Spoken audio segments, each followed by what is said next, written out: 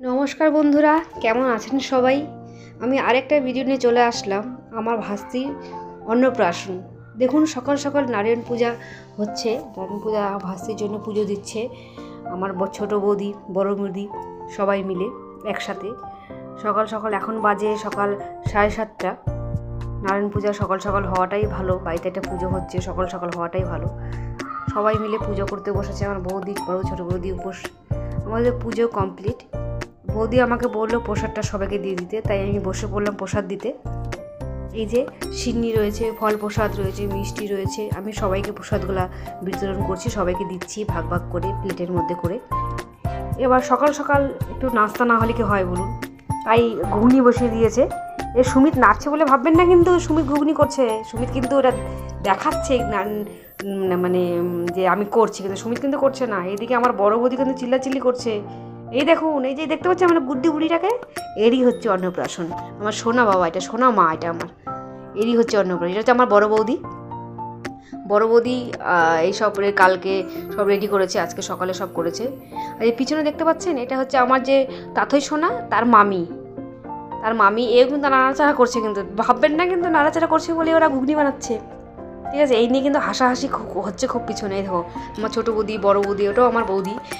সবাই বলছে যে ওরা কিন্তু করছে না। কিন্তু এবার চলে গেলাম আমরা রেডি হয়ে গঙ্গা নিমন্ত্রণ করতে। গঙ্গা নিমন্ত্রণ করে গঙ্গা জল নিতে হবে, কারণ আমাদের তাতে সোনাকে স্নান করাবে। আমার বৌদি যেহেতু বাড়ির বড়, তাই ওই নিয়ম কারণ সব করছে। আর পেছনে আছে আমার বড় বৌদির মা, ও দেখিয়ে দিচ্ছে কিভাবে কি করতে হবে সব নিয়ম কানুনগুলো।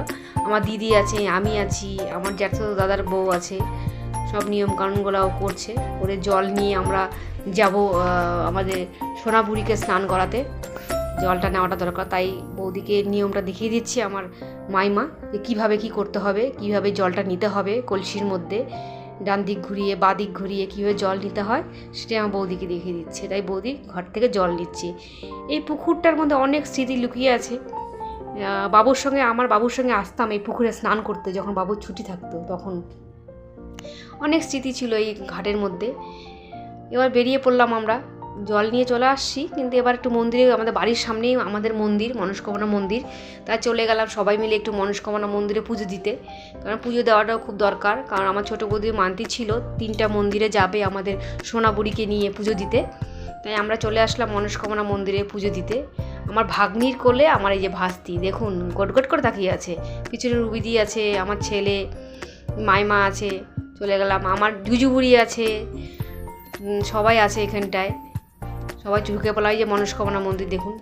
চলে গেলাম মন্দিরের ভিতরে পুজো দিতে। এই মন্দিরটা মধ্যে দুর্গাপুজোর সময় ভীষণ, দুর্গাপুজো, কালী পুজো, সব পুজোই এই মন্দিরে হয়। আমরা ভীষণ মজা করতাম দুর্গাপুজোর সময়। প্রসাদ বিতরণ করা, অঞ্জলি দেওয়া অষ্টমীতে, ভীষণ মজা করতাম। খুব স্মৃতি জড়িয়ে আছে এই মন্দিরের মধ্যে আমাদের। আমার ভাগ্নির কোলে আমার ভাস্তিটা। মন্দিরের ভিতরটা দেখুন কি সুন্দরভাবে রং করছে। মা কালী, বাবা ভোলেনাথ সবাই আছে। আমরা শিবরাত্রির সময় আসতাম এখানে পুজো দিতে। এই মন্দিরে প্রচুর ভিড় হয় এই মন্দিরে। এই যে মা কালীকে পুজো দিচ্ছি আমার বড় বৌদি আর ছোটো বৌদি দুজন মিলে। আমার জুজু বুড়ি দাঁড়িয়ে আছে ওখানটায়। আমার জুজু বুড়ি সেই পাকা বুড়ি আমার। এটা আমার সোনা মা, এটা আমার বড় মা, এটা আমার ছোটো মা, সোনা মা এটা। এই যে বড় বৌদি পুজো দিচ্ছে মা কালীকে। এই দেখুন মন্দিরটা খুব সুন্দর, খুব সুন্দর। কালী আমার মা এখানে খুব স্মৃতি জড়িয়ে আছে সবারই।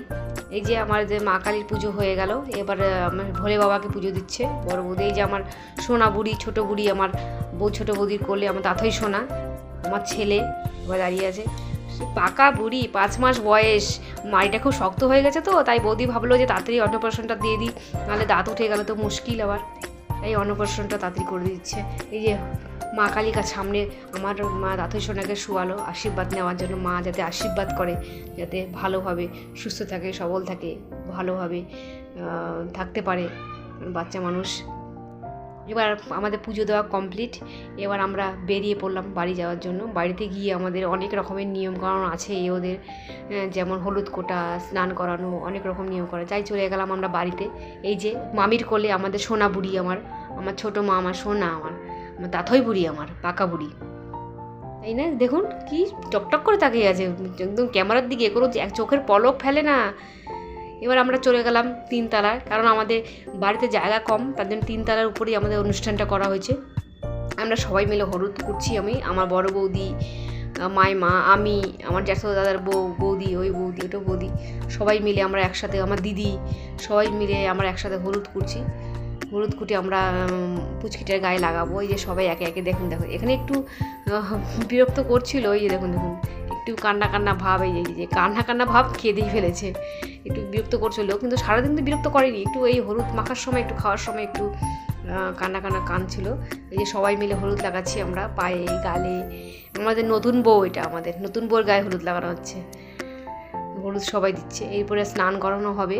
আর বেলাটা খুব হয়ে গেছিলো বলে ওকে পুরোপুরি জল দিয়ে স্নান করানো হয়নি, একটু জল ছিটানো হয়েছে, কারণ বেলাটা অনেক হয়ে গেছিলো। এই যে স্নান করানো হবে, স্নান করানো হয়ে গেল, স্নান করেইনি, জল ছিটা দিয়েছিল। ওর মামা ভাত খাওয়াবে, তাই মামা কোলে নিয়ে বসে আছে। দেখুন কি সুন্দরভাবে ফুল দিয়ে পুরো থালা বাটি কি সুন্দরভাবে সাজিয়ে রেখেছে। ওর মামাই ভাত খাওয়াবে, হিসাব মতন তো ওটা ওর দাদু খাওয়ায়, কিন্তু মামা খাওয়াবে। এই যে মামার কোলে কি সুন্দর বসে আছে, এই দেখুন খুব সুন্দরভাবে সব রকম ব্যঞ্জন দিয়ে সাজিয়েছে থালাটা। এই যে খাওয়াচ্ছে, মামা ভাত খাচ্ছে। আমাদের পাকা বুড়ি মাংস খাবে, তার জন্য তাড়াতাড়ি করে ভাত খেয়ে নিচ্ছে। দেখুন পায়েস দিচ্ছে। পাকা বুড়ি এটা আমাদের, টকটক করে তাকায় থাকে, কোনো ডিস্টার্ব নাই। দেখছেন কি সুন্দর হাত খাচ্ছে। সবাই মিলে ফটো তুলতে ব্যস্ত। এই আশীর্বাদ দিচ্ছি আমি, আশীর্বাদের পালা, সবাই মিলে আশীর্বাদ করছি আমি, যাতে ভালো হয়, সুস্থ থাকে, বড় হয়, ভালো মানুষের মতন মানুষ হয়। আমার সোনা বুড়ি এটা আমার। এই দেখুন এবার আমার দিদি আশীর্বাদ করছে। আমার দিদির বাড়ি রায়গঞ্জেই, আমার দিদি রায়গঞ্জেই বিয়ে হয়েছে। এটা আমার বড় বৌদি আশীর্বাদ করছে। এই যে ওর জেঠি মা এটা আশীর্বাদ করছে। পাকা বুড়ি সবাইকে খুব ভালোভাবে চেনে একদম। এই যে মুখের মধ্যে ধান ঢুকে গেছিলো, তাই বৌদি ধানটা বের করে দিচ্ছে। যে লাফালাফি করছে, ধান ঢুকবে না। এই যে আমার মা আশীর্বাদ করছে, ঠাকুমা আশীর্বাদ দিচ্ছে। পাকা বুড়ি কোনো ডিস্টার্ব নাই, কোনো কান্নাকাটি নাই। এবার চলে গেলাম আমরা একটু ডান্স করতে। অন্নপ্রাশন হবে, আবার যতই ঘরোয়া অন্নপ্রাশন হোক, ডান্স তো একটু দরকার, তাই না? তাই ভালোভাবে একটু ডান্স করে নিই।